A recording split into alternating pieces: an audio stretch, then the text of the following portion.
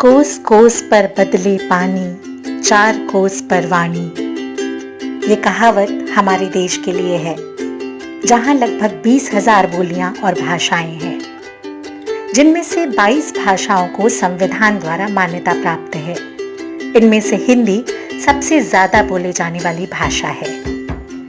देश के 77% लोग हिंदी बोलते, लिखते और पढ़ते हैं। 1947 में जब हमारा देश अंग्रेजों के चंगुल से आजाद हुआ, तो हमारे सामने एक बड़ा सवाल था कि भारत की राष्ट्रभाषा कौन सी होगी। वो एक भाषा कौन सी होगी जो पूरे देश को एक सूत्र में पिरो सके, क्योंकि हिंदी उस समय भी सबसे ज्यादा बोले जाने वाली भाषा थी और आजादी की लड़ाई में हिंदी का योगदान अद्वितीय था। यही वजह थी कि आजादी के 2 साल बाद, यानी कि 14 सितंबर 1949 को संविधान सभा में एक मत से हिंदी को राजभाषा घोषित किया गया, लेकिन इसे राष्ट्रभाषा का दर्जा नहीं प्राप्त हुआ। जबकि सन 1918 में आयोजित हिंदी सम्मेलन में महात्मा गांधी ने हिंदी को राष्ट्रभाषा बनाने का प्रस्ताव रख दिया था। इसी सम्मेलन में गांधी जी ने हिंदी को जनमानस की भाषा बुलाया था। सन 1953 में राष्ट्रभाषा प्रचार समिति वर्धा के अनुरोध पर पहली बार 14 सितंबर को हिंदी दिवस मनाया गया।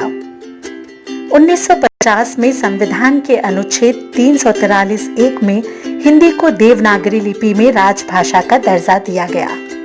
अनुच्छेद 343 से 351 तक राजभाषा संबंधी प्रावधान किए गए। भारत सरकार के गृह मंत्रालय के अधीन राजभाषा विभाग का गठन किया गया। 1963 में राजभाषा अधिनियम पारित हुआ और 1968 में राजभाषा संबंधी प्रस्ताव भी पारित किए गए। 1976 में राजभाषा नियम बनाया गया, जिसके अनुसार तमिलनाडु के अलावा पूरा देश अपना कामकाज हिंदी में कर सकता है। हिंदी के इतिहास की बात करें तो इसका इतिहास लगभग 1000 साल से ज्यादा पुराना है। ऐसा माना जाता है कि इसका प्रारंभ वैदिक काल से हुआ। हिंदी की उत्पत्ति संस्कृत भाषा से मानी जाती है, जो भारत की सबसे प्राचीन भाषा है, जिसे आर्य भाषा या देव भाषा भी कहा जाता है। भारत में संस्कृत 1500 से 1000 ईसा पूर्व तक रही। ये भाषा 2 भागों में विभाजित हुई, वैदिक और लौकिक। वैदिक संस्कृत में वेद और उपनिषदों की रचना हुई, जबकि लौकिक संस्कृत में दर्शन ग्रंथ लिखे गए, जिसमें रामायण, महाभारत, व्याकरण आदि शामिल हैं। संस्कृत के बाद पाली भाषा आई, जिसमें बौद्ध ग्रंथों की रचना हुई। पाली के बाद प्राकृत भाषा का उद्भव हुआ। ये पहली ईस्वी से 500 ईस्वी तक रही। प्राकृत भाषा के अंतिम चरण में अपभ्रंश भाषा का विकास हुआ, जो 500 से 1000 ईस्वी तक रही। अपभ्रंश के ही जो सरल और देशी भाषा के शब्द थे, उसे अवहट्ट कहा गया और इसी अवहट्ट से हिंदी का उद्भव हुआ। हालांकि इसको लेकर मतभेद है। कई विद्वान मानते हैं कि हिंदी का विकास अपभ्रंश से ही हुआ है। ऐसा माना जाता है कि पिछले 100 सालों में हिंदी में सबसे ज्यादा बदलाव आया है। आज हिंदी दुनिया की एक बड़ी आबादी द्वारा बोली और समझे जाने वाली भाषा है। दुनिया की आबादी के 18% लोग इसे समझते हैं। आज तकनीकी क्षेत्र में भी हिंदी का विकास जोरों से हुआ है। सोशल मीडिया में भी हिंदी ने अपनी पकड़ तेज की है। हिंदी की बढ़ती मांग के चलते ही बहुत से अंग्रेजी चैनलों ने भी अपने हिंदी चैनल्स लॉन्च किए, क्योंकि हिंदी का बाजार बहुत बड़ा है। लगभग 165 देशों के 600 विश्वविद्यालयों में हिंदी पढ़ाई जा रही है। दुनिया की 5 प्रमुख भाषाओं में हिंदी चौथे नंबर पर है। 2011 की जनगणना के अनुसार देश के 42 करोड़ 20 लाख लोगों की पहली भाषा हिंदी है, जबकि अंग्रेजी महज लगभग 2.5 लाख लोगों की ही पहली भाषा है। इन आंकड़ों को देखकर बहुत खुशी होती है।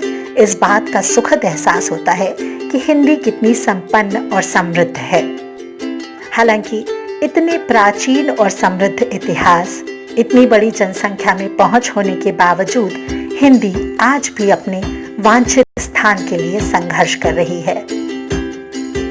हिंदी के सामने जो चुनौतियां हैं, उनमें सबसे बड़ी चुनौती है हिंदी का रोजगार से ना जुड़ना। आप अखबार उठाइए और उसमें किसी भी वैकेंसी का कॉलम पढ़ लीजिए। उसमें आपको एलिजिबिलिटी क्राइटेरिया में एक लाइन जरूर दिखेगी, वो ये कि candidate must be fluent in written and verbal और स्पोकन इंग्लिश। हिंदी को बढ़ावा देने के लिए जरूरी है हिंदी को रोजगार से जोड़ा जाए।